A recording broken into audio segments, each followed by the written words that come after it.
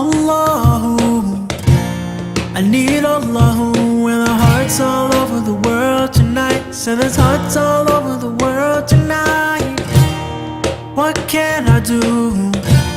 I need Allahu, and the hearts all over the world tonight. So there's hearts all over the world tonight. Wish I was smarter when I was younger, found something better, maybe a winner, and I'm so glad to be yours. It's my life that you own, and I start my journey. Assalamualaikum warahmatullahi wabarakatuh. Masyarah yang dikasihi, alhamdulillah wassalatu wassalamu ala rasulillah. Allahumma faqihna fid-din wa 'allimna ta'wil ihdinas siratal mustaqim. Rabbana zidna 'ilma warzuqna fahma. Allahumma shalli ala Muhammad wa ala ali Muhammad, amma ba'd. Alhamdulillah, syukur kita kepada Allah kerana pada malam ini masih dapat bertemu dan bersua muka, diberikan kekuatan oleh Allah Subhanahu wa taala untuk mengizinkan kita bertemu dan bertadabbur dalam 3 atau 4 potong ayat Al-Quran. Moga-moga tadabbur kita ini akan memberikan kekuatan kepada kita untuk terus maju ke hadapan. Pada malam ini surah An-Nisa ayat 95, 96, 97 dan mungkin 98. Bagaimana Allah SWT membandingkan di kalangan orang beriman. Allah SWT seperti yang lepas sentiasa mengajak kita untuk berfikir, kemudian mengajak kita untuk menilai, membanding-bandingkan, kemudian kita membuat keputusan. Allah SWT dalam ayat 95 surah An-Nisa ini memulakan pertandingan antara dua golongan. Ba'da'auzubillahi minasyaitonirrajim.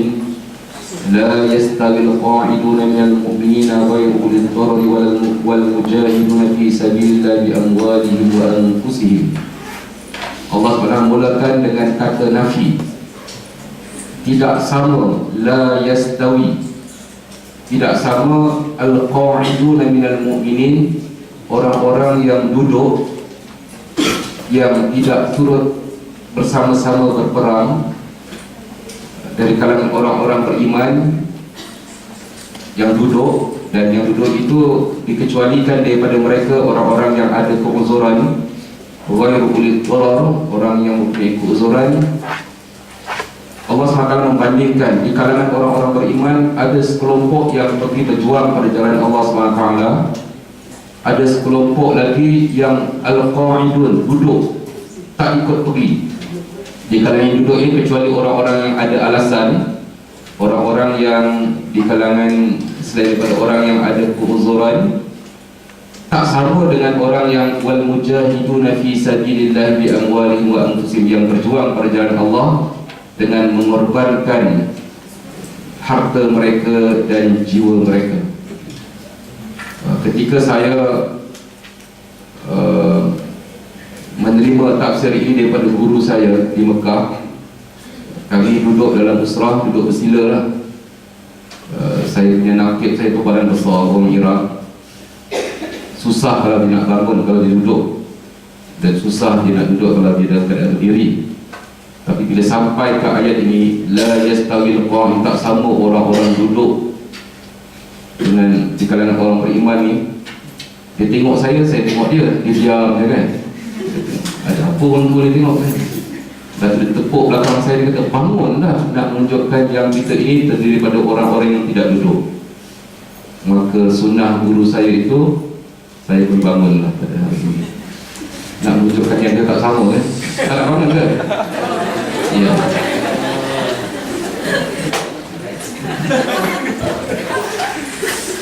Dapat tak mesej tu? Nak menunjukkan bahawa bila Allah SWT mengatakan la yastawil qa'idun, tak sama orang-orang yang duduk, maka dia pun tengok saya, dia suruh bangunlah, seolah-olah kita nak tunjukkan kepada Allah, ya Allah, aku ini bukan dari kalangan orang-orang beriman yang duduk. Walaupun mungkin tak ada kena mengena kan, tapi sebenarnya itulah spirit, semangat yang ditunjukkan oleh guru saya. Dia nak mengatakan bahawa dia nak membezakan diri dia, bahawa dia bukan hanya golongan yang mengaku beriman, tapi tidak berjuang dengan harta, tidak berjuang dengan jiwa mereka.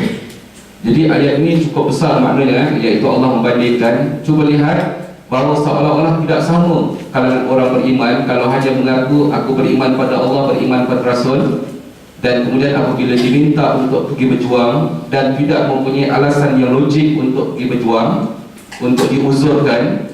Orang yang tidak pergi berjuang tanpa penguzuran itu, Allah SWT mengatakan tak sama mereka dengan orang-orang yang berjuang dengan harta dan jiwa mereka. Faddallallahu al-mujahidina bi amwalihim wa anfusihim 'alal qa'idina darajah.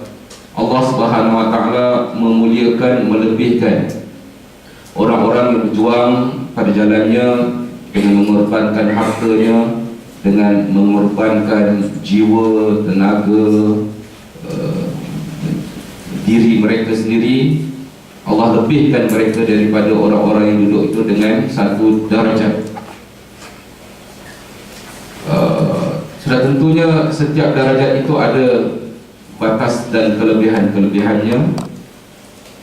Dan wa faddalallahu al-mujahidin 'alal qa'idin ajran 'azima, dan Allah melebihkan orang-orang yang berjuang lebih daripada ganjaran yang sangat besar diberikan kepada orang yang berjuang berbanding dengan orang yang duduk tidak berjuang. Sudah tentu ayat ini diceritakan, disebutkan ketika nak membandingkan sahabat-sahabat Nabi SAW yang telah beriman di Mekah itu, dan apabila diminta untuk berhijrah, meninggalkan tanah suci, meninggalkan halaman mereka, harta benda mereka dan sebagainya untuk berhijrah, terdapat di kalangan mereka yang memberi pelbagai alasan, pelbagai alasan, dan Allah SWT telah selaraikan siapa di kalangan mereka yang diberi peluang, diberi izin untuk tidak berhijrah. Antaranya orang-orang yang telah uzur, orang-orang yang telah berumur yang tidak ada pembantu untuk membawanya, wanita-wanita yang tidak mempunyai pasangan yang boleh membawa dia untuk berhijrah, termasuk orang-orang buta yang tidak ada siapa yang dapat memimpin dia untuk berhijrah, antara senarai yang telah diizinkan oleh Rasulullah SAW untuk tidak berhijrah. Adapun selain daripada senarai itu, dikategorikan mereka itu sebagai al-qa'idun, iaitu orang-orang yang duduk tidak berjuang bersama-sama dengan orang-orang beriman. Ayat ini khusus membandingkan di kalangan sahabat-sahabat yang mengaku beriman. Darajatin minhu wa maghfirah wa rahmah. Apabila Allah SWT nak mengangkat darjat seseorang, Allah SWT akan memberikan kepadanya kelebihan, dan antara kelebihan itu akan disertai dengan maghfirah, keampunan dan rahmat daripadanya. Namun begitu, Allah SWT mengakhiri ayat ini dengan wa kana Allahu ghafurur rahima. Allah SWT bila angkat darjat seseorang, dia akan muliakan seseorang itu dan dia akan mengampunkan dosa. Sebab apa? Setiap orang daripada kita ini mesti merasakan diri dia sentiasa berdosa.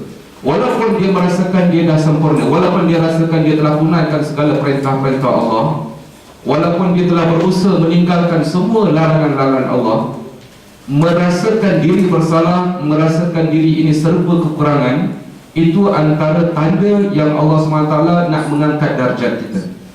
Daripada satu darjat ke satu darjat ke satu darjat, kita mesti memperbanyakkan memohon keampunan daripada Allah. Kerana tanda yang Allah SWT angkat darjat seseorang, dia akan ampunkan dosa kita.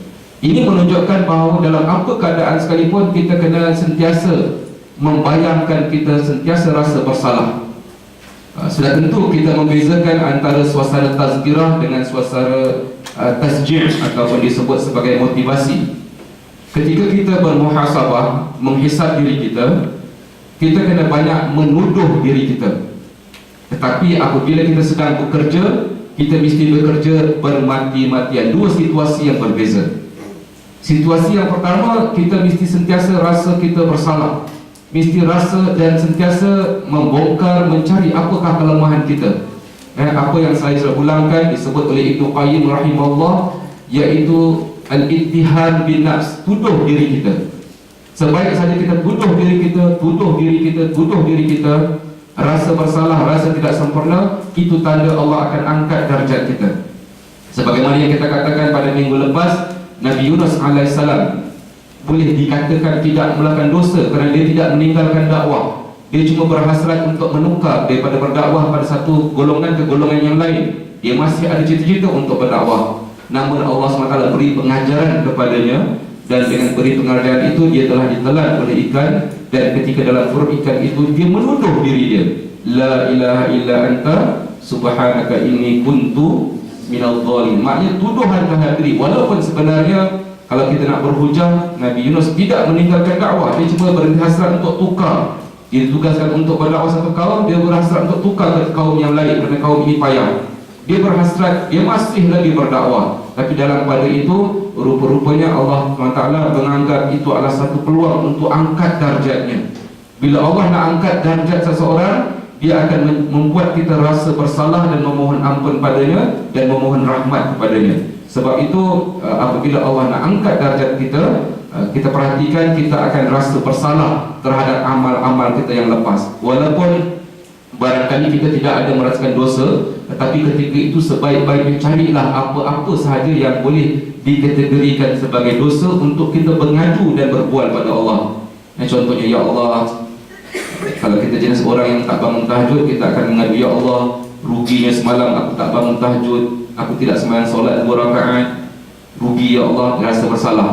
Kalau dia bangun tahajud lagi, tuduh lagi, ya Allah, aku bangun cuma sempat sembahyang 2 rakaat saja ya Allah sebelum azan, sepatutnya aku bangun lebih awal lagi.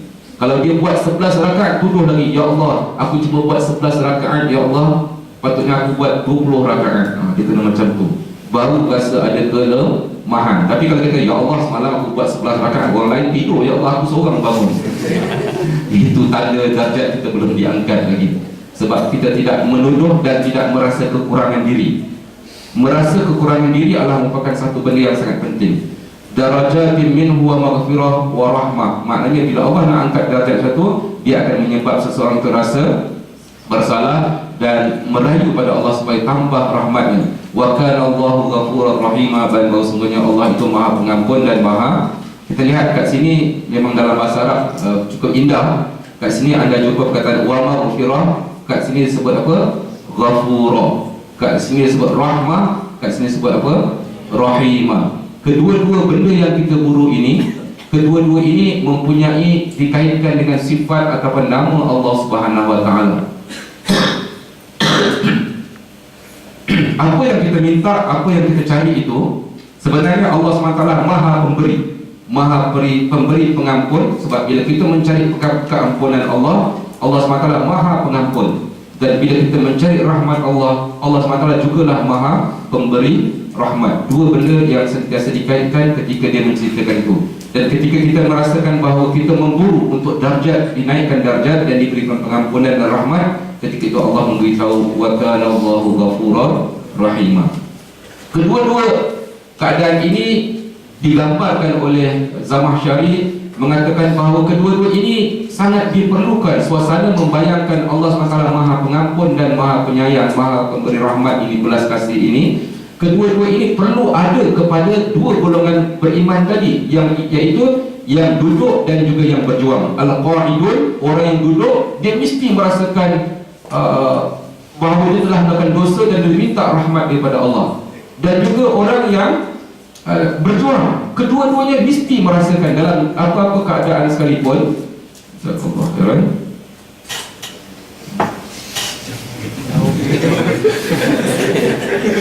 Dia tak sama orang yang duduk dengan berdiri. Saya dengan berdiri. Tak sama kedudukan. Sama ada orang itu qa'idun duduk atau sama ada orang itu berjuang, kedua-duanya mesti merasakan bahawa dia melakukan kesalahan, dan dengan rahmat Allah sahajalah yang akan mengangkat darjatnya.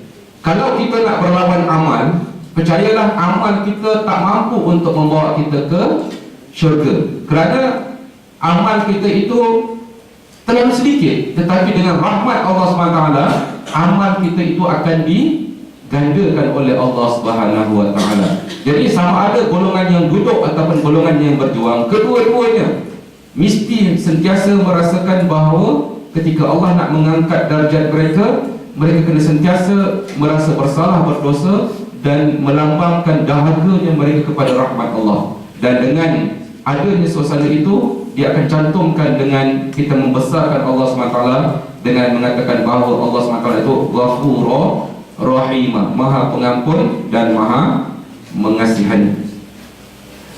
Baik, dalam ketika Allah menceritakan ada dua golongan, satu golongan yang duduk, satu golongan yang berjuang. Golongan yang duduk Allah SWT tak sama dengan golongan yang berjuang. Dan Allah SWT mengatakan bahawa Allah meletakkan darjat yang berbeza di antara orang yang berjuang dengan orang yang tidak berjuang. Dan orang yang tidak berjuang dan juga orang yang berjuang, kedua-duanya sentiasa kehausan meminta pengampunan Allah dan kehausan minta rahmat daripada Allah. Dan di tengah-tengah ketika membicarakan ayat yang berikutnya, ayat 97, Allah SWT menunjukkan perbualan malaikat bersama orang-orang yang malaikat maut, malaikat yang ditugas untuk mengambil nyawa. Dan malaikat ini berbual dengan si mati. Dan kita lihat perbualannya, innal ladzina tawaffahumul malaikatu zalimi anfusihim qalu fima kuntum. Dan ketika para malaikat yang ditugaskan untuk mengambil nyawa orang-orang yang mati dalam keadaan menzalimi diri sendiri, ini seolah-olah kataan zalim terhadap diri sendiri, iaitu orang-orang yang telah memilih.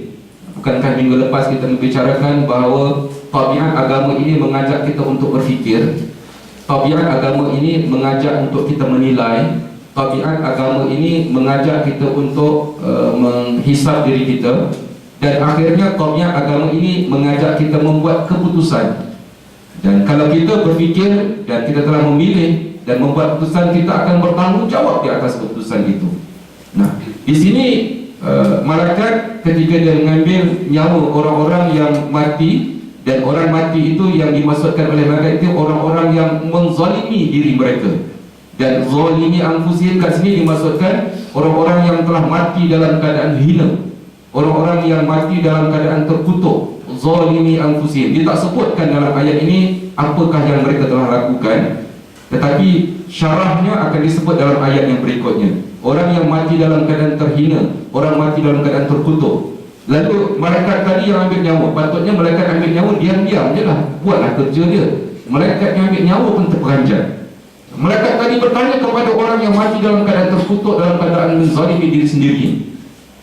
Qalu fima kuntum. Mereka bertanya kepada orang-orang mati yang dalam keadaan menzalimi diri mereka, apa hal kamu mati dalam keadaan macam ni sekali? Maka si mati itu jawab, qalu kunna mustad'afina fil ard. Kami ketika kami hidup dulu, kami hidup dalam keadaan mustad'afin. Mustad'afin maksudnya apa? Dalam keadaan yang lemah, dalam keadaan kami dikontrol, dalam keadaan kami dikuasai, sehingga kami tak mampu untuk melaksanakan tugas yang Allah berikan kepada kami. Mati dalam keadaan mustad'afin, orang yang lemah. Malaikat ada jawab itu. Malaikat tadi itu terus menegur, qalu alam takun ardullahi wasi'ah. Kalaupun betul engkau ini merasakan diri engkau ini lemah, kenapa engkau tidak tinggalkan kenapa engkau tidak tinggalkan mereka yang menganiaya kamu, mereka yang menghalang kamu daripada melaksanakan amal ma'ruf dan nahi munkar, mereka yang dikatakan kontrol dan juga menguasai kamu sehingga kamu betul-betul tak dapat nak menyembah Allah lagi. Alam takun ardullahi wasi'ah, bukankah bumi ini luas? Fatuhajiru fiha, tinggalkan bumi itu. Malaikat tadi seolah mengatakan, kenapa lah kau diteruk sangat? Hanya memberi alasan. Sebab apa? Malaikat tadi dia tahu orang tadi mati dalam keadaan terhina, dalam mati dalam keadaan zalimi anfusihim, dalam keadaan menzalimi diri mereka sendiri. Jadi malaikat tadi cuba nak tegur, peluang dah tak ada dah, tapi malaikat tadi nak tegur. Rupa-rupanya orang yang mati dalam keadaan menzalimi diri sendiri memang low class punya cara berfikir. Malaikat tegur lagi, dah mati, dah tak ada peluang lah kan, tapi dia malaikat masih tegur lagi. Alam takun ardullahi wasi'ah, bukankah bumi ini luas? Kalau betul engkau tidak boleh menyembah Allah kerana dihalang dan engkau jadi orang yang lemah, kalau betul engkau dihalang untuk menegakkan amal ma'ruf nahi munkar, kalau betul engkau dihalang untuk menegakkan tugas khilafah di atas muka bumi ini, kalau betul, alam takun ardullahi wasi'ah, bukankah bumi ini luas? Famuhajiru, kalau dah betul-betul tak ada peluang, dah betul-betul tak boleh nak bernafas lagi, tidak boleh menyembah Allah di bumi itu, fatuhajiru fiha, pergilah berhijrah, tinggalkanlah ke tempat yang lebih baik lagi, ke tempat yang lain, seolah-olah begitu. Kita lihat bagaimana dialog ini, dan jangan pula kita bila dengar dialog ini kita berkata, tahu betul orang tu tak malu kat malaikat. Sekali lagi kita ingatkan bahawa dialog ini adalah untuk diri kita sendiri, seolah-olah kita yang masih hidup. Moga-moga kita tidak akan ditegur, kita tidak akan disebut oleh malaikat, kau ni teruk sangat, zalim diri sendiri, mati dalam keadaan buruk macam ni. Bila tanya pun kau masih tak faham lagi, seolah-olah benar. Ayat ini Allah SWT kemukakan dalam bentuk dialog. Sebenarnya kita mesti rasakan ayat ini ditujukan kepada diri kita sendiri. Alam takun ardullahi wasi'ah fatuhajiru fiha faulaika ma'wahum jahannam wasa'at masira, maka orang-orang yang syaitan itu keadaan tempat akhir mereka ialah neraka jahanam, dan neraka jahanam itu adalah seburuk tempat kembali, iaitu orang-orang yang tidak melaksanakan amar ma'ruf dan nahi munkar, orang-orang yang tidak melaksanakan dakwah, orang-orang yang tidak beribadah, mengabdikan kepada Allah dengan mencipta alasan-alasan. Ini yang sangat bahaya. Mereka tak nak berdakwah, mereka tidak dengan mencipta bermacam-macam alasan. Mencipta bermacam-macam alasan ini dianggap menzalimi diri mereka sendiri. Orang yang zalim seperti ini akan dimasukkan ke dalam neraka. Kenapa? Kerana mereka yang memilih untuk tidak melaksanakan tugas yang Allah berikan. Mereka tidak boleh mengatakan alasan kerana mereka mustad'afin, mereka lemah, mereka menghadapi bermacam-macam gangguan, tekanan dan sebagainya. Akhirnya mereka tak berdakwah. Memberi alasan itu adalah merupakan satu kesalahan juga. Kerana apa? Kerana alam takun ardullahi wasi'ah, bukankah bumi Allah ini sangat luas dan sangat besar, yang kita boleh berhijrah dan meneruskan untuk mengabdikan daripada Allah dan meneruskan untuk melaksanakan perintah-perintah Allah Subhanahu wa Ta'ala. Sebagaimana yang kita sebutkan tadi, mereka itu telah diberikan pengecualian, illal mustad'afina minar rijal, melainkan orang-orang yang betul-betul lemah di kalangan sahabat-sahabat Nabi yang ketika diminta berhijrah tadi tapi mereka tidak boleh berhijrah, itu orang lelaki yang memang betul-betul lemah, uzur, wan nisa, dan wanita-wanita, kanak-kanak, wildan la yastati'una hilah wa la yahtaduna sabil, tidak ada orang yang boleh membawa petunjuk kepada mereka. Faulaika asallahu an ya'fu anhum wa kana Allahu 'afuwan ghafura, dan mereka-mereka ini diberikan pengecualian dan diberikan kemaafan, diberikan keampunan supaya mereka tidak perlu berhijrah. Dan sekali lagi, himpunan ayat 99 diakhiri dengan wa kana Allahu 'afuwan ghafura, dan Allah Maha Pemaaf lagi Maha Pengampun. Walaupun dah dapat pengecualian, kita mesti rasa bersalah. Walaupun dah dapat pengecualian, kita mesti rasa memohon keampunan daripada Allah Subhanahu wa Ta'ala. Ujung ayat ini pernah digunakan oleh ulama-ulama fiqh mengingatkan kaum wanita yang dikecualikan daripada berpuasa pada bulan Ramadan kerana haid atau nifas. Ujung ayat ini pernah digunakan oleh ulama-ulama tafsir. Seronok betul tak puasa ini, sebab apa datang tu, dia kata macam tu pun tak boleh. Sebab apa? Digambarkan walaupun diberikan pengecualian, tetapi di akhir ayat itu letakkan yang bahawa Allah SWT memaafkan. Jadi seolah-olah walaupun itu takdir Allah SWT, tapi rasa rugi betul tak puasa hari, rugi betul tak pergi haji, rugi betul mesti dirasakan suasana itu. Baik, apa yang menarik ketika ayat ini diturunkan, ayat 95 tadi diturunkan, ada seorang sahabat Nabi SAW yang telah uzur. Lelaki yang telah uzur, maksudnya lelaki yang telah dalam kitab disebutkan mashlul. Mashlul kat sini maksudnya yang telah lumpuh, dia paralyzed, paruh daripada badannya, dah tak mampu lagi untuk menyertai hijrah. Dan sebenarnya lelaki ini telah mendapat keizinan daripada Nabi SAW untuk tidak pergi berhijrah. Sahabat ini bernama Damrah Ibn Jundab, seorang sahabat yang telah berumur dan kemudian lumpuh. Dan sahabat ini telah bertemu dengan Nabi SAW melalui anaknya, dan Rasulullah SAW telah memberikan arahan bahawa Damrah Ibn Jundab tidak perlu berhijrah kerana keuzuran yang ada padanya. Tetapi walaupun dah dapat izin daripada Nabi, ayat ini diturunkan selepas Nabi mengizinkan dia, iaitu seolah-olah ayat ini diturunkan untuk memberi peringatan sekali lagi kepada sahabat-sahabat yang berhijrah tapi yang tidak mau berhijrah dan tidak mendapat keizinan. Jadi bermakna Damrah bin Jundab ini dia dah tak perlu pergi berhijrah sebab dia dapat izin daripada Nabi SAW. Tetapi oleh kerana dia mendengar ayat ini turun, la yastawi, tak sama antara orang-orang yang duduk dengan orang yang berjuang tadi. Bila dia dengar ayat tadi, dia merasakan ayat itu ditujukan kepadanya. Lalu apabila ayat ini disampaikan kepadanya, lalu dia pun terus memanggil anak-anaknya. Dia mengatakan, ihmaduni fa inni lastu minal mustad'afin. Tolong angkat aku, sesungguhnya aku ini bukan terdiri daripada mustad'afin. Kerana aku takut nanti Allah ataupun malaikat tadi akan mengatakan, alam takun ardullahi wasi'ah. Sebab Nabi dah beritahu pada dia bahawa engkau adalah tergolong daripada golongan mustad'afin. Tapi Damrah tadi dia merasakan dia takut dengan ayat ini. Dia dalam keadaan dah uzur itu, lalu dia mengatakan, lastu minal mustad'afin, aku bukan daripada orang-orang yang mustad'afin. Sebab apa? Seolah aku masih ada anak yang boleh angkat aku. Lalu dia pun minta kepada anak-anaknya untuk mengangkatnya. Fahamaluhu ala saririn mutawajjihan ila Madinah. Lalu anak-anak dia mengangkat dengan katil-katilnya sekali, pikul bawa pergi menuju jalan ke Madinah.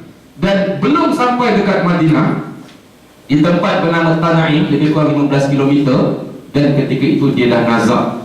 Dan ketika dia nazak, dia telah mengungkapkan satu kata-kata, satu doa yang cukup menyentuh hati kita. Dalam keadaan dia nazak tu, dia berkata, Allahumma hazihi laka, ya Allah, tubuhku ini adalah untukmu. Wa hazihi li rasulika, dan tubuhku ini untuk Rasul yang telah pergi berhijrah. Tubuh ini untuk dia. Ubayyuka ala ma bayaka alaihi Rasul, dan aku berbayar kepadamu ya Allah sebagaimana bayar Rasul kepadamu ya Allah. Dan dia pun meninggal dunia ketika sebaik-baik habis melafazkan doa itu. Dan dia pun dikebumikan di Tanaim. Lalu para berita ini sampai kepada penduduk-penduduk sahabat-sahabat Nabi yang telah berhijrah di Madinah, dan berita ini sampai kepada penduduk-penduduk musyrikin Mekah. Penduduk-penduduk musyrikin Mekah bila dengar berita itu, mereka mentertawakan Damrah bin Jundab ini. Mereka mengatakan bahawa doa ataupun pengorbanan yang dilakukan oleh Damrah ini sangat tidak berharga di sisi Allah. Kerana Damrah ini seolah-olah nak pergi berhijrah dan Allah tak terima pengorbanannya. Seolah Damrah ini mati sia-sia, Tuhan tak sudi menerima pengorbanannya. Dan berita ini juga sampai kepada Nabi SAW di Madinah. Lalu sahabat-sahabat Nabi mengatakan, kalaulah Damrah itu keluar awal sikit dan dimati kat Madinah, tentu amalan dia terima. Seolah-olah nak mengatakan kesian Damrah mati dalam keadaan amalan tak, seolah nak kata gitu, tapi dalam keadaan nada yang sopan. Di Mekah nadanya tidak sopan, tetapi Allah SWT lantas menjawab perbualan-perbualan, sama ada perbualan sahabat Nabi yang ikhlas terhadap Damrah ataupun perbualan-perbualan penduduk Mekah yang begitu menghina. Allah SWT turunkan ayat khas tentang peristiwa itu pada ayat yang ke-100 itu, وَمَنْ يُهَاجِرْ فِي سَبِيلِ اللَّهِ يَجِدْ فِي الْأَرْضِ مُرَاغَمًا كَثِيرًا وَسَعَةً. Dan barang siapa yang berhijrah pada jalan Allah untuk membela dan menegakkan agama Allah, nescaya ia akan dapati di muka bumi di tempat berhijrah yang banyak dan rezeki yang kathir dan wasa'ah yang banyak dan juga yang lapang, yang makmur. Wa man yakhruj min baiti, tengok ayat ini, wa man yakhruj min baiti, barang siapa yang keluar daripada rumahnya muhajiran ilallah, dengan niat berhijrah pada Allah wa rasulihi, dan kepada rasulnya, thumma yudrikuhul maut, kemudian dia bertemu dengan ajalnya, faqad waqa'a ajruhu Allah, dan sebenarnya telah menepati tetap pahala hijrahnya. Waqa'a telah berlaku, telah tercatat, telah tercapai pahalanya di sisi Allah. Dan sekali lagi, wa kana Allahu ghafuran rahima, Allah SWT Maha Pengampun dan Maha Penyayang. Lihat, ayat ini diturunkan khusus kepada sahabat tadi yang bernama Dhamrah ibnu Jundab, yang kita lihat dia dalam keadaan sebegitu rupa, dalam keadaan dia telah lumpuh. Dalam keadaan itu dia paksa anak-anak dia angkat dia kerana takut dituduh, takut dikatakan, ataupun takut tergolong dari kalangan mustad'afin, golongan yang memberi alasan. Tetapi semangat yang ada padanya, dia telah mati dalam perjalanan untuk keluar. Dan peristiwa itu dirakamkan oleh Allah di separuh daripada ayat 100 ini. Sekali lagi saya ulang, wa man yakhruj min baitihi muhajiran ilallah wa rasulihi, barang siapa yang keluar daripada rumahnya dalam keadaan berniat berhijrah pada Allah dan Rasulnya, thumma yudrikuhul maut, dan dia bertemu dengan ajalnya, faqad waqa'a ajruhu, dan Allah telah menganggap bahawa ganjaran pahala telah disampaikan kepadanya. Dan sekali lagi, di hujung-hujung itu dikatakan apa amalan yang kita lakukan tidak sempurna. Wa kana Allahu ghafurur rahim, dan bahawa sesungguhnya Allah itu Maha Pengampun lagi Maha Penyayang. Rahimah, dan perkataan rahimah ini menunjukkan bahawa amalan kita yang sedikit itu, walau apa pun yang kita lakukan, Allah SWT akan menggandakan, kerana sifat Allah yang Maha Pemurah lagi Maha Mengasihani. Banyak amal-amal yang sepatutnya kita lakukan, kadang-kadang kita tak mampu lakukan. Kita mesti merasakan bahawa ini adalah kekurangan, dan kita mesti bercita-cita untuk melaksanakan bermacam-macam perkara. Sebab tu kalau kita melihat orang miskin, kita mesti membayangkan, ya Allah, kalaulah aku ada rezeki. Ini perkataan kalau yang diizinkan. Kita tahu dalam hadis banyak perkataan kalau tidak diizinkan, tapi dalam konteks macam ni, kita seolah-olah menanamkan rasa cita-cita, ya Allah, kalaulah aku ada duit, aku nak bantu orang-orang miskin. Kalaulah aku ada, kalaulah aku ada, kalaulah aku ada. Maknanya perkataan kalau yang diizinkan. Dan tentunya perasaan dan cita-cita untuk buat baik itu, kalau ada dalam diri kita, tentunya ia akan sangat bermakna bagi kita. Cita-cita untuk melaksanakan amal yang baik itu adalah merupakan satu benda yang mesti ada pada kita. Setiap umat, setiap orang daripada kita mesti letakkan cita-cita. Ya Allah, kalaulah maknanya letakkan cita-cita. Dengan meletakkan cita-cita itu akan menjadi satu yang merancang. Dan sebab itu di kalangan pelajar-pelajar kita, pelajar perubatan, sama ada pelajar-pelajar homopati, sama ada pelajar-pelajar farmasi, saya dengar farmasi, supaya maknanya bercita-cita habis dia belajar, kalau boleh kita nak sambung lagi, dan kalau boleh kita nak buat industri sendiri. Kita melihat bahawa di sekeliling kita pada hari ini, industri perubatan, maknanya ubat-ubat itu semua kebanyakannya diimport dan dikuasai oleh orang lain. Apakah salahnya kalau aku lulus ni, ya Allah, aku bercita-cita untuk bergabung, untuk buka kilang, untuk dapatkan lesen, untuk membekalkan ubat-ubatan yang lebih berkualiti dengan harga yang berpatutan, yang maknanya kita bercita-cita.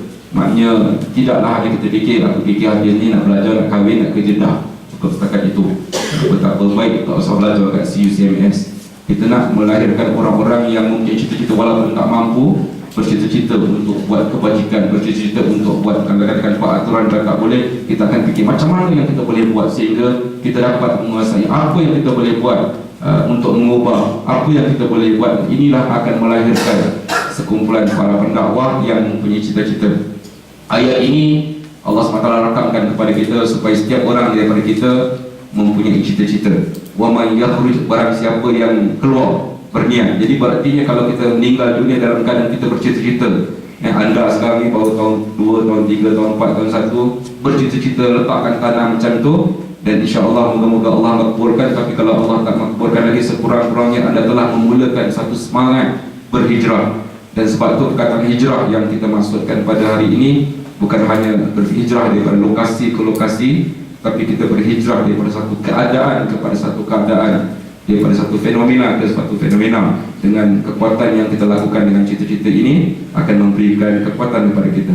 Sekali lagi, kita lihat dalam himpunan yang saya pilih pada malam ini, Allah SWT mengajak kita berfikir dan menilai diri kita bahawa dua golongan yang tak sama. Allah SWT memulakan dengan perkataan la yastawi, tak sama, iaitu golongan yang duduk dan golongan yang berjuang pada jalan Allah SWT. Walaupun yang duduk itu diberikan kelonggaran, diberikan pengecualian, tetapi kedudukan mereka juga adalah rupa-rupanya di sisi Allah SWT berbeza. Okey, dan dalam keadaan seperti itu Allah SWT menggambarkan perbualan para malaikat yang akan mencabut nyawa orang-orang yang tidak berjuang pada jalan Allah SWT, yang hidupnya memberi alasan saja, nak buat dia tak boleh, nak buat dia tak boleh. Bila tanya kenapa tak pergi semayang, memberikan alasan macam-macam. Sebab kami mendapat teguran daripada beberapa pensyarah-pensyarah, ada di kalangan mahasiswa kita dikatakan ketika orang azan, ketika itulah dia masuk ke kafeteria. Mungkin alasan jadi kenapa tak pergi surau dulu, sebab lapar. Berilah alasan kepada malaikat nanti, kami lapar. Okay. Berilah bermacam-macam alasan. Dalam banyak benda saya menganggap supaya ayat ini anda bandingkan dengan diri kita, seolah-olah kita takut kita dikirakan orang yang suka mencipta alasan, pelbagai alasan. Sedangkan alasan-alasan itu sebenarnya merupakan suatu benda yang kita sendiri boleh kontrol, yang kita sendiri boleh kawal. So dalam konteks ayat ini Allah SWT menaparkan perbualan malaikat dengan orang-orang yang sedang dicabut nyawanya dalam keadaan orang itu tidak berjuang pada jalan Allah dan memberi macam-macam alasan, dan matinya itu dalam keadaan dianggap dan disebutkan oleh Al-Quran sebagai zalimi anfusihim, iaitu orang yang menzalimi diri mereka sendiri. Dan terbongkar perbualan itu, mereka dianggap zalim kerana apa? Mereka mencipta bermacam-macam alasan.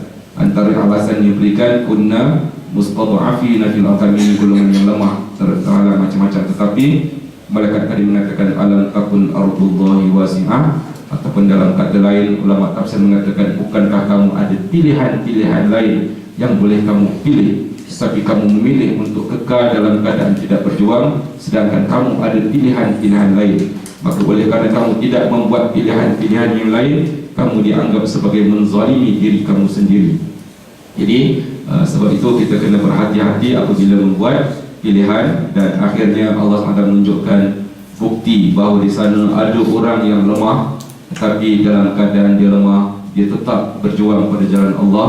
Dan dalam keadaan dia lumpuh, dia tidak mengatakan bahawa walaupun Nabi telah memberikan keizinan kepadanya, tetapi dia tidak mahu menganggap dirinya sebagai mustad'afin. Lalu dia mendesak dan memaksa anak-anaknya mengangkat katilnya itu, dan akhirnya terjadilah apa yang terjadi. Dan peristiwa itu dirakam oleh Allah SWT dalam Al-Quran.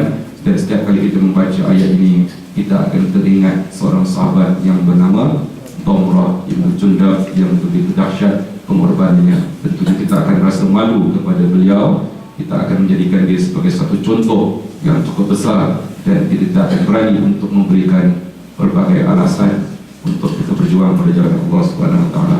Saya buka kepada sebarang soalan tambahan daripada sahabat-sahabat sekalian.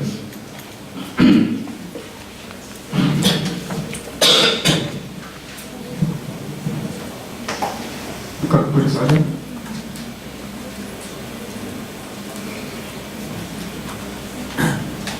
Bismillahirrahmanirrahim. Assalamualaikum warahmatullahi wabarakatuh. Nama saya Syukri Muhammad Safwan, pada Nolingga. Dalam kelab apa? Ya? Kelab apa? Saya daripada kelab KIC, insyaAllah. Okey, jadi Ustaz, Alhamdulillah kita dah mendengar daripada Ustaz macam mana Allah telah kita dinilai dari setiap perbuatan yang kita buat tu telah dinilai oleh Allah, dan setiap apa orang kata, kewujudan kita di atas muka bumi ini pun mempunyai tujuan tertentu, yang mana sebelum ni Ustaz telah define bahawa kewujudan kita di atas muka bumi adalah untuk menjadi khalifah dan hamba kepada Allah SWT.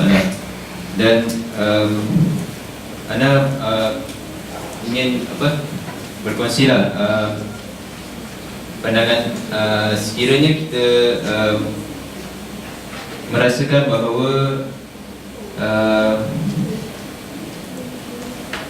responsibility ataupun tanggungjawab yang telah diberi oleh Allah, dan kita merasakan responsibility itu kita dah melaksanakannya dengan sempurna, tapi masih lagi kita merasakan benda itu masih lagi tidak cukup untuk kita mencapai keredaan Allah. Minta maaf sekejap Okey, soalan telah difahami. jadi Ustaz, Faham. Okey, okey, okey Ustaz, saya terus kepada soalan. Jadi sebenarnya boleh ke kita mendapat satu responsibility dan kita telah melaksanakannya dengan hanya cukup syarat sahaja. Maksudnya bila orang tanya kita boleh melepaskan diri lah daripada responsibility itu, tapi nak katakan responsibility yang kita buat tu just atas pagar lah. So apa pendapat Ustaz mengenai keadaan sebegitu? Terima kasih Akhil Syukri. Kami baru balik daripada camp leadership di Hulu Yang. Sangat cantik suasananya, insyaAllah KIC boleh buat program cantik. Baik, kalau kita perhatikan, siapakah yang akan menentukan bahawa kita telah melaksanakan amanah yang diberikan oleh Allah Subhanahu Wa Taala kepada kita? Sebagai seorang, besok anda menjadi seorang ayah, besok anda menjadi seorang ibu, siapakah yang akan menentukan bahawa anda telah melaksanakan tugas sebagai seorang ayah, sebagai seorang ibu, tugas sebagai seorang doktor, tugas seorang farmasis, tugas seorang pepatis, tugas sebagai seorang apa? Siapakah yang akan menentukan?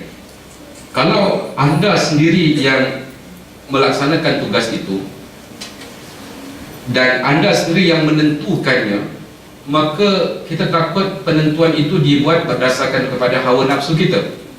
Sebab kita rasa dah penat, kita rasa kita nak berlazat-lazat dalam hidup ini, maka kitalah yang membataskannya. Tetapi sebab itu kita takut apabila kita pandai-pandai bagi alasan kunna mustad'afina fil ard ini, iaitu kita pandai-pandai mengatakan kita ini lemah, sedangkan peluang masih ada lagi. Sama ada kita sendiri tidak menerokai sebab ada jahil, ataupun disebabkan kita terlupa, ataupun disebabkan kita tak sengaja. Tiga keadaan yang biasa diambil kira dalam menilai suatu amal itu. Kita sendiri yang menentukannya, dan akhirnya penentuan itu adalah penentuan yang tidak tepat. Sebab itu kita kena bersyukur pada Allah apabila kita menggabungkan diri dalam satu pasukan yang kita katakan ayat yang kita hafal pada mula-mula dulu, qul hadhihi sabili ad'u ila Allah ala basiratin ana wa manittaba'ani, aku dan orang-orang yang mengikutiku, iaitu ada satu kelompok yang saling ikut ittiba' tadi, dan ittiba' ini dikatakan sebagai sebuah jemaah. Nah, apabila kita menggabungkan diri dalam satu sekelompok manusia, maka manusia dalam kelompok itulah yang akan mengingatkan kita bahawa ini belum cukup berkorban, ini baru mula-mula, kita belum buat apa-apa lagi. Jadi dengan adanya kelompok yang mengingatkan kita, maka ketika itu kita akan menambah amal kita. Orang lain yang akan menilai untuk kita. Dan alat ukur itu terlalu subjektif. Sekali lagi kita mengatakan bahawa kita tidak mahu mengukur hanya mengikut hawa nafsu kita, ataupun kita mengukur mengikut bisikan syaitan yang menggunakan kaedah-kaedah yang telah kita pelajari tempoh hari, iaitu sama ada talbis ataupun bermacam-macam cara, 6 cara yang kita katakan itu, seolah-olah kita mengambil alat ukur yang telah diajarkan, dibisikkan oleh syaitan kepada kita. Maka alat ukur yang kita akan gunakan untuk menentukan amal dan pengorbanan kita dah cukup atau belum ialah mereka yang bersama-sama berjuang dengan kita. Di dalamnya ada golongan-golongan yang menguasai Al-Quran, golongan-golongan yang menguasai ilmu fiqh, golongan yang menguasai ilmu akidah, golongan yang menguasai ilmu sejarah, golongan yang menguasai ilmu sains, golongan yang menguasai ilmu geografi, golongan yang, dan mereka bergabung, dan dengan penggabungan itu mereka akan saling mengingatkan, dan akan lahirnya apa yang kita katakan syura. So syura itulah yang akan memutuskan seseorang itu sama ada telah cukup ataupun tidak. Kita tidak boleh memutuskan mengikut kata nafsu diri kita sendiri. Namun dalam keadaan seperti itulah yang kita katakan hidup berjamaah, hidup berkongsi, sharing ini adalah merupakan satu perkara yang sangat penting. Apabila berlakunya syura, maka ketika itu kita akan hidup di bawah naungan syura, dan syura ini adalah satu benda yang sangat diberkati oleh Allah SWT. Fa iza azamta fatawakkal 'ala Allah. Azam itu hanya datang selepas kita bersyura dan selepas kita bertekad untuk memutuskannya.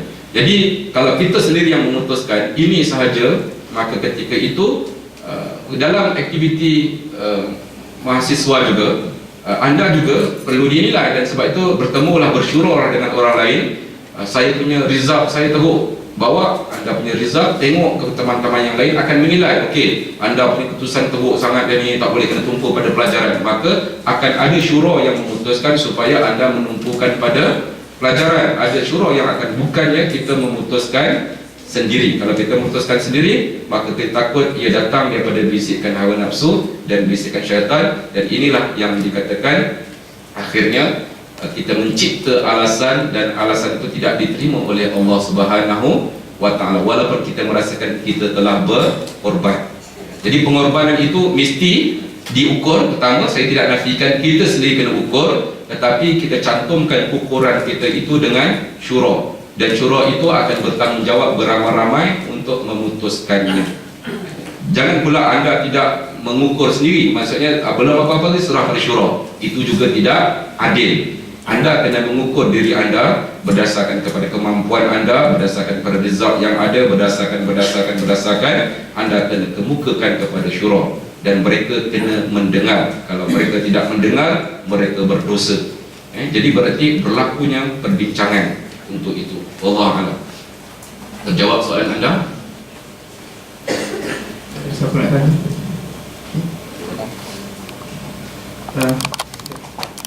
Soalan apa tu? Soalan daripada privasi sendiri. Umum kita mengatakan biasa kita beramal kerana Allah Subhanahu Wa Taala. Ada pendapat yang mengatakan boleh tak kalau kita niat kita melakukan ibadah tu atau beramal untuk mendapatkan syurga dan takut akan neraka. Ada juga kata tak boleh, memang hanya kerana Allah Subhanahu Wa Taala.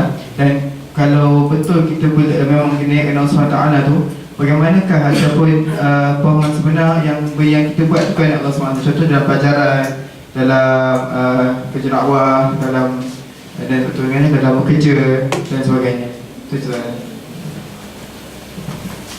Berdasarkan kepada kaedah bahawa kita ada kaedah basyiran wa nadhira, iaitu membawa berita baik dan memberi amaran.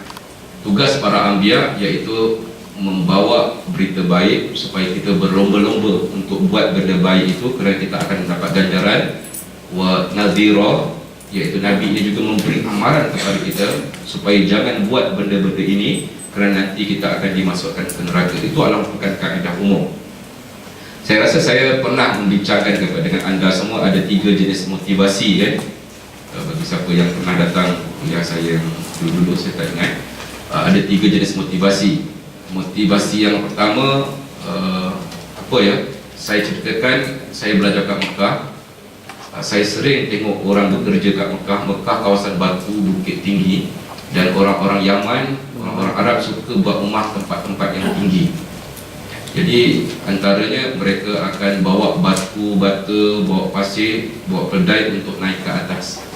Bila keldai itu diisi dengan beg penuh dengan batu bata, saya tak sabar nak tengok macam mana keldai itu angkat. Saya tengok dan saya tunggu ke atas.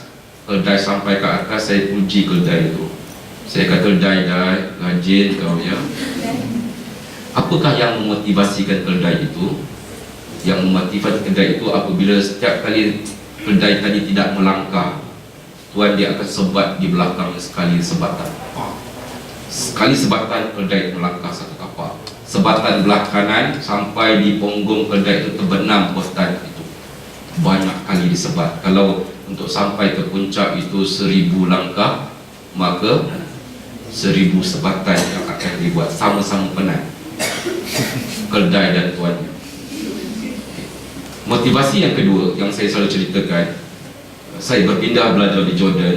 Di Jordan juga mereka mengangkat barang guna keldai, tapi bezanya di Jordan Mediterranean, kawasannya sejuk, bercocok tanam lapang saja. Saya dapati lori tak boleh masuk kawasan pendalaman, dia tunggu tepi jalan. Maka untuk mengangkat buah tomato, buah carrot dan sebagainya ke lori, paksa menggunakan keldai juga. Dan penuh kiri kanan keldai itu beg dengan sarat. Dan bagaimana dia nak pastikan keldai itu berjalan? Orang dia Mediterranean, dia bijak sikit. Dia ambil galah, dia letak ujung tu carrot. Bila carrot itu turunnya depan, keldai itu nampak dia carrot, keldai itu dengan setia berjalan mengejar carrot itu. Jangan tanya keldai itu ikhlas tak ikhlas. Tapi keldai itu dibawa barang-barang sampai ke lori, sampai ke situ dia angkat je. Saya berkata, Dai, engkau ni rajin betul, Dai. Dan tuan dibagilah sebiji carrot pada keldai itu. Puaslah keldai itu, kan dia merasakan itu hasil usahanya sendiri. Baik, apa beza keldai pertama, keldai kedua? Anda menjadi rajin belajar disebabkan keldai, jenis keldai pertama atau jenis keldai kedua? Amat malang kalau anda jawab soalan ini. Saya puji orang yang diam kan. Ada yang keldai pertama, keldai kedua. Anda menerima umpan saya untuk mengaku anda sebagai keldai. Na'udzubillah. Saya ucapkan ni pada yang diam saja. Yang diam tu dia berfikir, dia tak mengaku dia keldai. Tapi percayalah, dalam hidup kita ini kita perlu tak motivasi yang pertama, paksaan, ugutan, ancaman. Kerana dengan ancaman itulah anda datang kuliah awal kan. Di kuliah di siang hari, kalau kuliah itu mula jam 8 pagi, anda sampai tepat 8 pagi. Kenapa anda boleh datang tepat 8 pagi? Attendance diambil kan. Dan benda itulah yang menyebabkan anda jadi rajin. Kalau tak ada ketegasan begitu, agak-agak anda datang tepat ke 8 pagi, ada kata datang gitu. Kita buktikan oleh tafsir malam ini pukul 8. Sebab saya tidak pernah memaksa anda dan tak pernah marah-marah. 8 lebih tu pulang, yang penting sampai, katakan. Jadi nak menunjukkan bahawa bila ada sedikit enforcement, ada sedikit tu, kita jadi rajin. Perlu tak ancaman itu? Tetapi kalau itu sahaja yang anda gunakan, bahagia tak hidup anda? Begitu juga anda datang untuk setiap kali anda dalam kelas datang, anda nakkan markah dia. Cik, saya datang awal ni, cik, ada markah tak cik ni? Kita pada cara anda. Cik, saya duduk dengar ada teliti, saya dapat markah tak hari ni kan? Menyampah orang dengar. Sebab anda nakkan pujian, nakkan hal seperti kedai dekat Jordan tadi. Okey? Betul, manusia memerlukan itu. Sebab itu umum kaedah dalam Islam tadi, basyirah wa nadhira.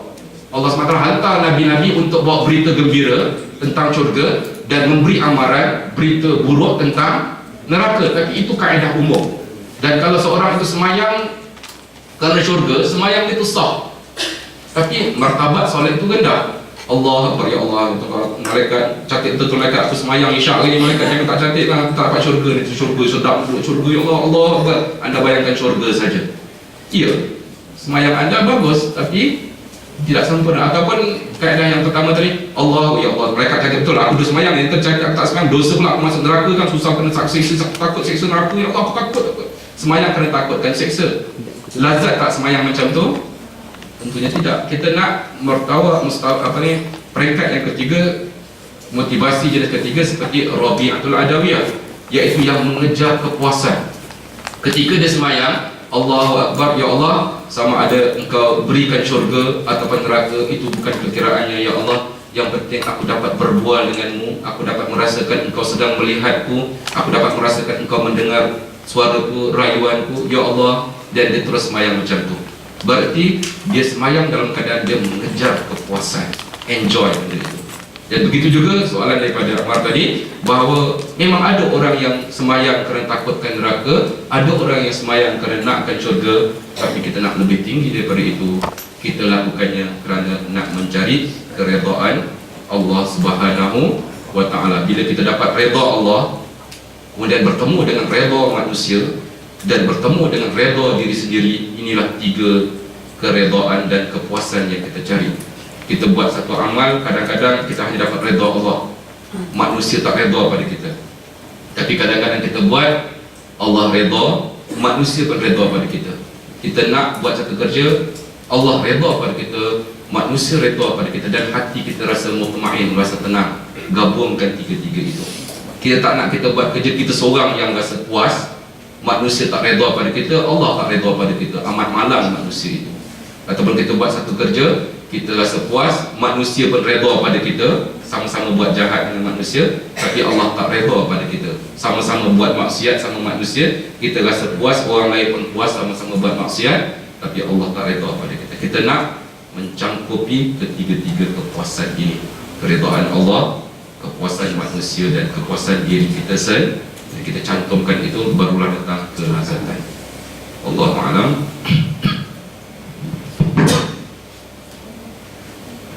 Bismillahirrahmanirrahim.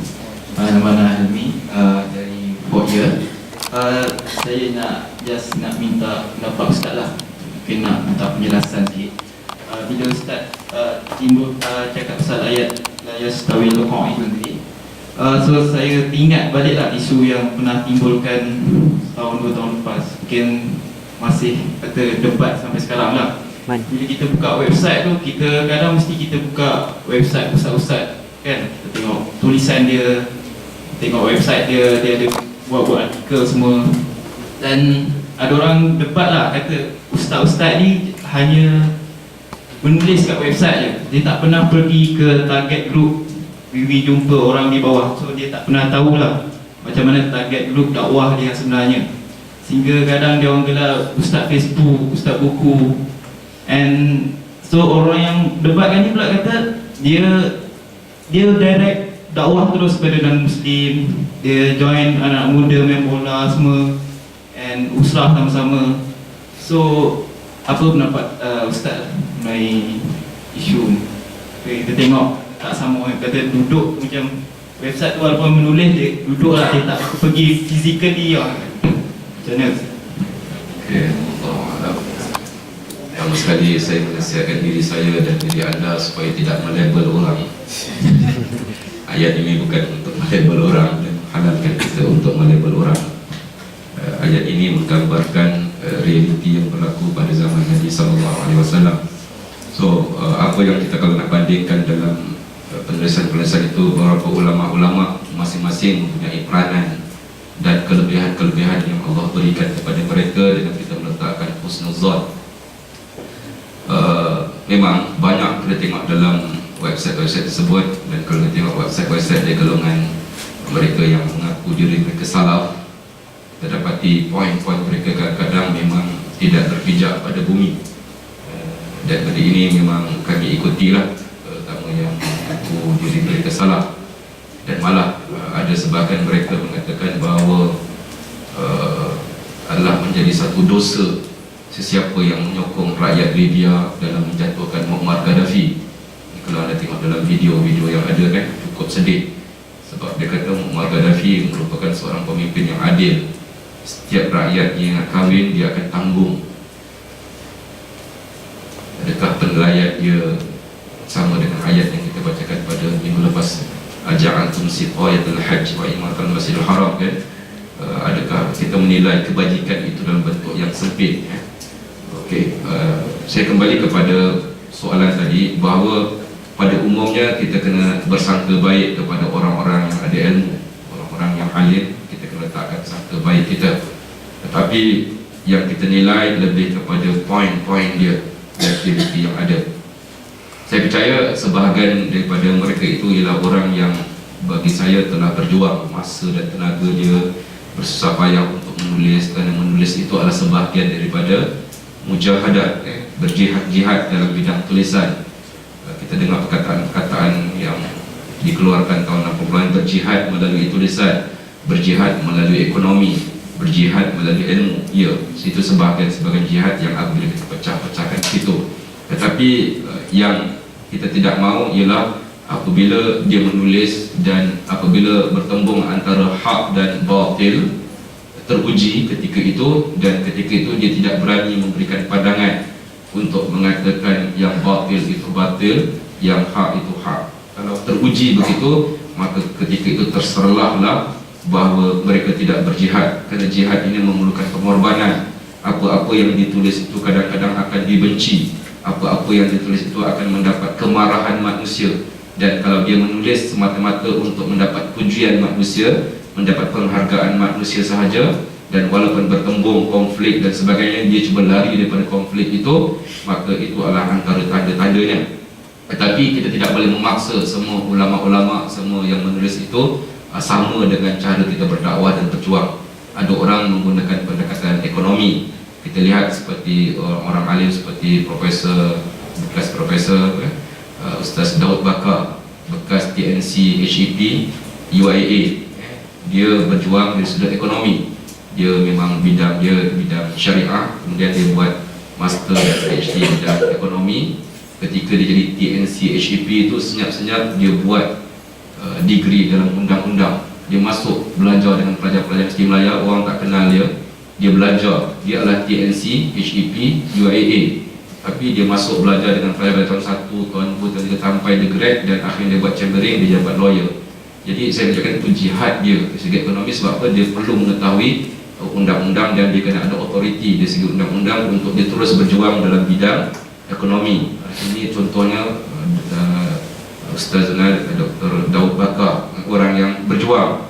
Bagi saya itu satu perjuangan yang sangat besar, dan hari ini dia didengari oleh bank-bank dunia, oleh bank-bank di negara Arab, semua merujuk pada dia. Itu jihad ekonomi. Kita tak nampak dia berdakwah dalam bentuk yang bersahaja, tapi dia fokus kepada ekonomi. Itu bidang dia, itu jihad dia. Jadi saya ingin mengajak kepada kita semua, anda tontonlah video-video klip itu dan anda boleh menilai siapa yang sebenarnya berjuang dan sama yang tidak berjuang. Alat ukur yang mudah saja apabila bertembung dengan perkara-perkara yang melibatkan suatu isu itu, dan dia tidak mahu mengatakan yang mungkar itu mungkar, yang batil itu batil, itu antara tanda-tanda. Tapi kita tidak mencari kelemahan orang. Yang penting kita menghargai setiap ilmu yang ada, walaupun datang daripada orang yang tak betul. Kita mengukur ilmu itu, kita mengambil segala al-haq daripada sesiapa saja. Malah al-hikmah itu kita boleh ambil daripada orang bukan Islam. Dalam hadis al-hikmatu dhalatul mu'min, hikmah itu, kebijaksanaan itu satu yang hilang dari kalangan orang beriman. Maka carilah dia di mana saja kamu terdapat, walaupun daripada orang-orang bukan Islam. Kerana itulah banyak yang kita tengok. Tetapi bagi saya jangan kita memandang remeh guru-guru yang mengajar, kerana setiap orang itu mempunyai hujah ketika dia berhujah. Allah. 9-10 minit. Pak, belum lagi penutup ya Pak. Silakan 1-2 kalimah daripada Bapak kita.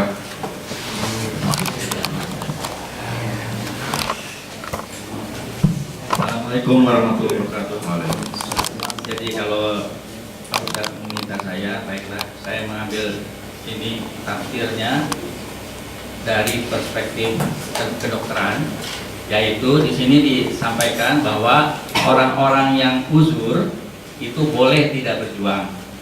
Artinya berjuang itu di jalan Allah merupakan satu derajat yang lebih tinggi, yaitu orang-orang yang sehat. Jadi memelihara kesehatan itu adalah hal yang utama. Itu salah satu yang bisa ditafsirkan dari ayat-ayat yang keluar untuk hari ini, menurut pendapat saya dari perspektif kedokteran, Pak. Jadi terutama adik-adik yang masih muda. Saya kan sudah umur 70, alhamdulillah belum mundur betul, masih bisa berdiri dan jalan. Itu bukan pengen adik-adik, anak-anak. Memelihara kesehatan itu utama, dan kita alhamdulillah dari golongan yang dari bidang kesehatan tentu harus lebih tahu bagaimana caranya memeriksa kesehatan. Ada juga surat yang mengharapkan waktu. Nah, ini sering saya bicara dengan para mahasiswa, memberi alasan, oh mau menghadapi apa, ujian apa, final. Nah, ini itu dan itu tidak boleh sebetulnya. Ya, kita sebagai orang Islam harus bisa mengatur waktu dari jam ke jam yang seimbang sehingga sehat dan bisa berjuang di jalan Allah. Itu kalau boleh dari saya seperti itu. Assalamualaikum warahmatullahi wabarakatuh. Jazakallahu khairan. Satu dengan yang betul bahawa pengecualian itu akan ditentukan berdasarkan kepada huruf yang ada dan berdasarkan kepada orang yang punya otoriti itu.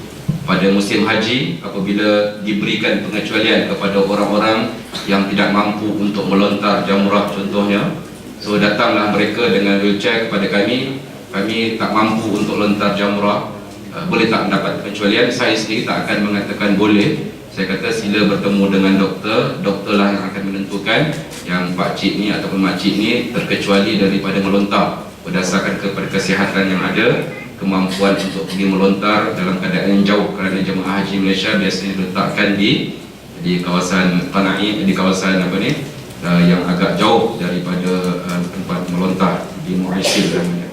Jadi golongan mustad'afin ini adalah merupakan orang-orang yang diberi pengecualian, dan kita akan berusaha untuk memahami apakah maksud yang diberikan pengecualian, seperti yang dikatakan lelaki yang telah uzur, wanita yang tidak ada protection dan sebagainya. Semua ini memerlukan kepada ilmu-ilmu yang antum semua pelajari, dan jazakallahu khairan kepada